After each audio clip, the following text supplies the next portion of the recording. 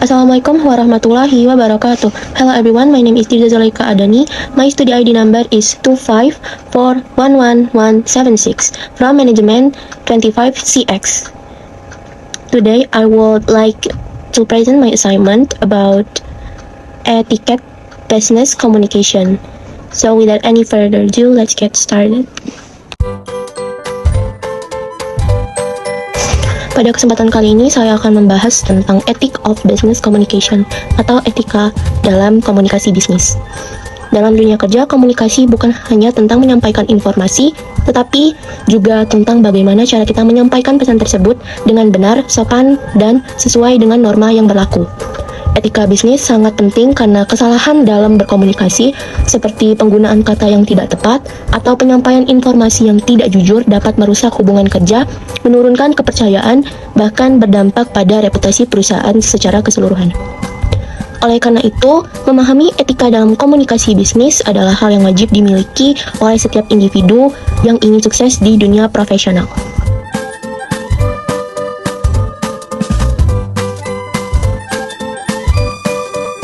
Definition of ethics. Secara etimologis, etika berasal dari kata ethos yang berarti kebiasaan, karakter, atau cara hidup seseorang.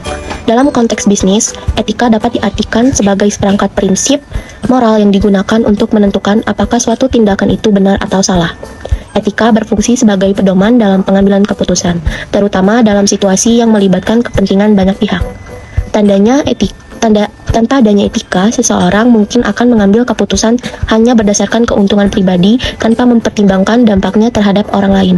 Contohnya seperti sebuah perusahaan yang mengetahui bahwa produknya memiliki cacat kecil, secara etika, perusahaan harus tetap memberitahukan kepada konsumen, bukannya menyembunyikannya hanya demi keuntungan. Ethics in business communication. Etika dalam komunikasi bisnis tidak hanya berkaitan dengan apa yang disampaikan, tetapi juga bagaimana cara menyampaikannya. Hal ini mencakup beberapa aspek penting seperti civility atau kesempatan, business etiquette atau tata krama dalam dunia kerja, serta social intelligence atau kemampuan memahami situasi sosial dan emosi orang lain. Komunikasi yang etis harus memperhatikan siapa lawan bicara kita, situasi yang terjadi, serta dampak dan pesan yang kita sampaikan. Ethical approaches. Untuk memahami etika secara lebih dalam, terdapat 3 pendekatan utama. Yang pertama adalah descriptive ethic, yaitu pendekatan yang menjelaskan bagaimana orang yang berperilaku dalam kehidupan nyata tanpa menilai benar atau salah. Yang kedua adalah normative ethic, yaitu pendekatan yang menentukan bagaimana seharusnya seseorang bertindak berdasarkan nilai moral. Ketiga adalah meta ethics, yaitu pendekatan yang membahas makna dan konsep benar atau salah itu sendiri.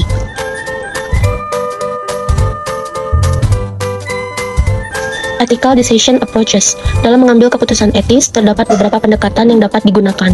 Pendekatan utilitarian menekankan pada hasil terbaik bagi jumlah orang terbanyak. Pendekatan justice menekankan keadilan bagi semua pihak. Pendekatan rights menekankan penghormatan terhadap hak individu. Pendekatan common good berfokus pada kepentingan bersama.